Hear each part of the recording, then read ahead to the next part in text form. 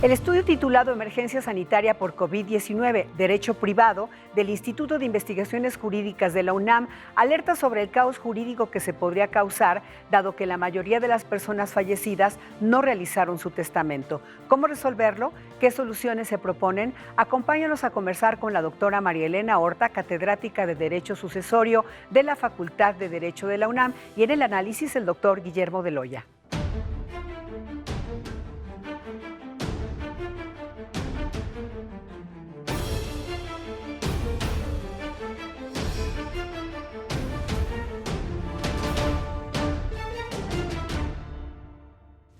Doctora María Elena Horta, bienvenida.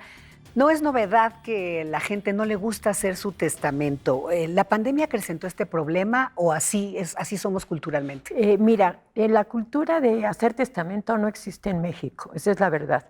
Si te das cuenta, es un reducidísimo porcentaje el que hace su testamento, porque se tiene la idea de que cuando yo hago mi testamento me muero. Entonces, eso es totalmente erróneo. Todos nos vamos a morir, obviamente, pero además todos debemos tener esa cultura de prevención. Ahora, la situación actual con la pandemia se agravó muchísimo. ¿Qué tenemos que hacer? Bueno, como no tenemos testamento, pues tenemos que saber cómo vamos a heredar o cómo vamos a suceder si no hay un testamento. Yo creo que eso es fundamental para informarle al público. Sí se genera un problema jurídico, sí hay más visitas al tribunal. ¿Puede crecer este problema? Mira, sí se genera un problema en razón de que muchas personas no tienen adecuados sus actas de nacimiento, no tienen, nosotros le llamamos un entroncamiento correcto, es decir, yo desciendo de la persona que falleció, que nosotros le llamamos el decuyus. Entonces, tengo que acreditar que mis apellidos, que mi nombre, que el nombre del decuyus, que todo esté en orden. Ahora, con esta pandemia es un problema porque hay muchas defunciones, entonces el trabajo se acumula. La forma de acreditar el fallecimiento de una persona es con el acta de defunción y luego en las actas de defunción no tienen los datos correctos y aquí empieza toda la problemática para poder heredar. Si está mal el apellido, por ejemplo, y yo soy el hijo que tengo derecho a heredar, pues no lo voy a poder hacer hasta que no aclare las actas de del registro civil. Desde el nombre hay un problema. Así es. Y bueno, ¿habrá más juicios? ¿Se prevé que haya más juicios, por ejemplo, por intestados, precisamente porque mucha gente murió sin testamento? Sí, mira, cuando yo voluntariamente decido a quién dejarle mis bienes, entonces es un testamento, pero es una forma muy, muy solemne de externar mi voluntad. Anteriormente había 4 tipos de testamento ordinario, 4 extraordinario, que era el testamento público abierto, el testamento público cerrado, el testamento público simplificado y el hológrafo. Y en una forma extraordinaria o especial estaba el testamento privado, el testamento marítimo, militar y hecho en país extranjero. Hace unos años se modificó el Código Civil porque debo decirte que toda la cuestión sucesoria se regula a nivel estatal o estadual. Cada estado tiene su propia regulación. Entonces, cuando se derogan todos los tipos de testamento, en la Ciudad de México solamente queda el testamento público abierto y el testamento hecho en país extranjero. ¿Qué quiere decir? Que si tú no vas con el notario a hacer tu testamento, porque además tiene un costo, pues no tienes forma de libremente tú manifestar tu voluntad y decir a quién le vas a dejar tus bienes para después de tu muerte. Ahora, hay falta de información y qué bueno que se abran estos espacios para que las personas lo sepan. Cuando no tengo un testamento, entonces la ley suple mi voluntad. ¿Qué quiere decir esto? Que como yo no manifesté quién quería que se quedara con mis bienes, entonces la ley dice, vamos a proteger a los más cercanos a ti. Y se abre lo que se llama la sucesión intestamentaria, ab intestatum o sucesión legítima. ¿Quién hereda? ¿Quién hereda en sucesión legítima? Bueno, hereda el o la cónyuge o concubino. Heredan los hijos, heredan los padres, heredan los hermanos, heredan nosotros llamamos los parientes colaterales en 3er y 4º grado, pero hay una forma especial de cómo heredan. O sea, no es nada más aquí estoy y ya voy a recibir. Doctora, ¿qué bienes se pueden transmitir cuando alguien muere? Mira, se pueden se transmiten más bien en el patrimonio bienes, derechos y obligaciones. Todo lo que tú tengas en tu patrimonio lo vas a heredar, excepto derechos personalísimos. Por ejemplo, o sea, yo estoy casada, es mi derecho personalísimo el ser cónyuge, yo no puedo heredar ese derecho personalísimo, o el ejercicio de la patria potestad, por ejemplo, tampoco. Los derechos políticos tampoco se heredan. O sea, yo no puedo designar a alguien que vote por mí o a sustituirme en un cargo público. Derechos políticos se extinguen. Los derechos en relación con la persona. Si yo soy un profesional que tengo un contrato de servicios profesionales, no le puedo heredar ese contrato a nadie porque me contrataron en razón de mis atributos personales. Y por último, los derechos que llamamos nosotros reales parciales, el usufructo, el uso y la habitación. Se extinguen con la muerte. Hablando otra vez de las familias, ¿quién tiene derecho a heredar cuando no hay testamento? ¿Cómo hereda un viudo, una viuda a los hijos? Sí, esto es muy interesante, fíjate. Te voy a explicar cómo se hereda en la Ciudad de México, porque cada estado tiene su propia legislación, pero generalmente lo que dice la Ciudad de México es punta de lanza y lo copian pues, los demás estados, o lo copiaban porque ahora ya cambiaron las circunstancias. Mira, los más cercanos son los hijos. O sea, si yo fallezco y no dejo testamento, los que tienen el privilegio para heredar son mis hijos. Si cuando yo me muero no hay un cónyuge supérstite, o sea, no hay un viudo o una viuda, lo que sea, entonces heredan nada más los hijos. Todos los demás quedan fuera, ¿sí? Y me referí a la viuda porque generalmente las mujeres sobrevivimos más tiempo que los hombres, aunque digan que los hombres son el sexo fuerte, mira, yo creo que habría que pensarlo, ¿no? En razón precisamente del Día Internacional de la Mujer. Pero si sobrevive la viuda y los hijos, entonces hay una forma especial de heredar. Si la viuda no tiene bienes, hereda como si fuera un hijo. Vamos a suponer, tienes 3 hijos y queda la viuda, la herencia se divide por 4 partes iguales, ¿sí? Si sobrevive, si la viuda tiene bienes que sean más de lo que le corresponde a los hijos, entonces no hereda.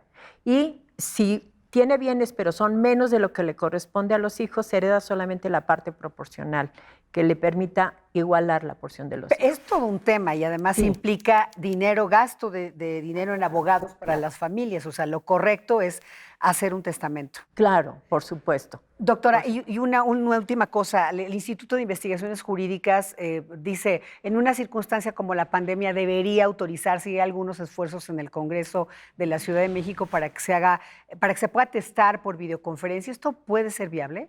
Sí, por supuesto, pero estamos muy alejados todavía de esa realidad. O sea, porque siempre tradicionalmente se ha manejado el testamento como un acto jurídico solemne, o sea, que tienes que seguir la fórmula exacta establecida por la ley. Se tendría que reestructurar todo el sistema de sucesiones. Doctora María Elena Horta, muchas gracias por estar aquí. No, muchísimas gracias por la invitación. Vamos a un primer análisis con el doctor Guillermo Beloya. La pandemia vino a hacer visibles distintos problemas. Uno de ellos tiene que ver con la falta de previsión arraigada en la cultura de la legalidad mexicana para la realización de testamentos. Se estima que en el mejor de los casos solo el 30% de la población ha llevado a cabo este proceso. Por otra parte, la dificultad impuesta por el distanciamiento se significó en trámites mucho más demorados. Esto implica al registro público de la propiedad, al Archivo General de Notarías, al propio registro civil, donde no se había actualizado lo suficiente en este nuevo escenario para mudarse al mundo digital. Lo cierto es que dejar sin resolución este tipo de asuntos generalmente devienen problemas y distanciamientos. Los costos procesales son elevados y siempre será mejor apostar por tener en orden nuestro patrimonio y contar con el apoyo de un documento para heredarlo en su caso.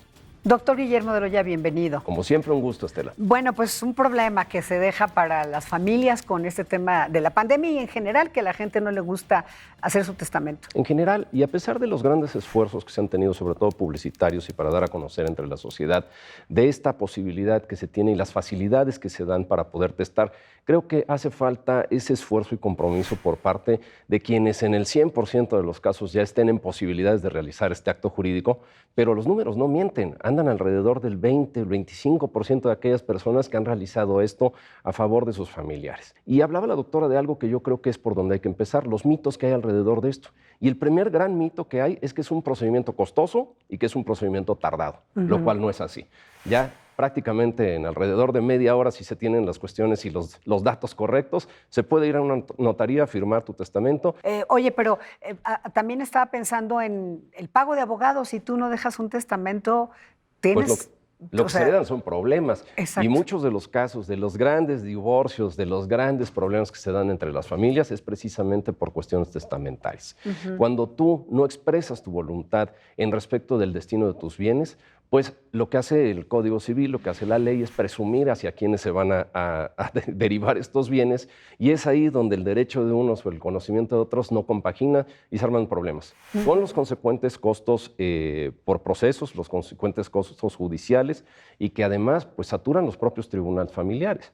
Y esto ralentiza o hace mucho más tardado el poder llegar a un buen destino con el testamento. Creo que es una cuestión, repito, en una responsabilidad de familia el poder tener tus cosas en orden. No sé si la pandemia va a dejar una lección en este sentido. Yo creo que sí. Y se hablaban de cuestiones novedosas que, sin embargo, todavía hay que reflexionarlas. Por ejemplo, las instancias involucradas como el Registro Público de la Propiedad, el propio Registro Civil, el Registro Nacional de Notarías, son instancias que desafortunadamente en muchos de los casos no se prepararon para el cambio digital. Y eso ha hecho pues, su trabajo mucho más lento, mucho más saturado en un ambiente que ha sido restrictivo como el de la pandemia. Creo que, pues sí, desafortunadamente la pandemia vino a acentuar algunos de los problemas que se dan por los procedimientos, no solamente en el caso de los testamentos, sino en general para instancias de gobierno, pero también el contexto que tenemos debería llevarnos a reflexionar en ese acto de responsabilidad personal, el llevar a cabo ya nuestro testamento. ¿Cómo ocurre esto cuando ya son casos muy graves? ¿Cómo se puede llegar ante una persona que está intubada a poder pedirle que exprese su voluntad o acercarse con riesgos de contagio? Creo que son cuestiones que debemos de Fíjate, a propósito de lo que dices, si quieres nos vamos, doctora, a los tweets que Morales Lechuga, abogado, que notario, uno de los principales en la capital de la República, refiere la necesidad de que si las personas están enfermas puedan realizar estos testamentos hológrafos. Sí, bueno, el hológrafo es escrito de puño y letra y comparte las mismas características que un testamento público cerrado, que es un secreto, digamos, es dado en secreto. Sin embargo, hay disposiciones del Código Civil que también tendrían que verse a la luz de las posibilidades de la pandemia, que hacen necesario que este tipo de actos deban ser depositados y ratificados en el Archivo Nacional de Notarías. Creo que falta hacer ese amarre legal para que verdaderamente sea posible.